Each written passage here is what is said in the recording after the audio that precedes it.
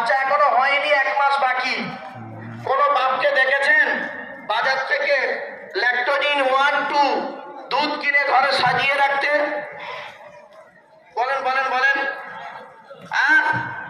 কোন বাপকে দেখেছেন? কি হিন্দু কি মুসলিম যে বাজার থেকে ল্যাকটোজিন 1, 2 দুধ কিনে ঘরে সাজিয়ে রেখেছে? কারণ কি বলুন?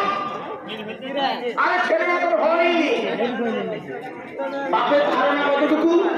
ছেলে হোক, মায়ের দুধ ছাড়ুক, তারপরে বাজার থেকে এনে খাওয়াবো, ঠিক না? ঠিক।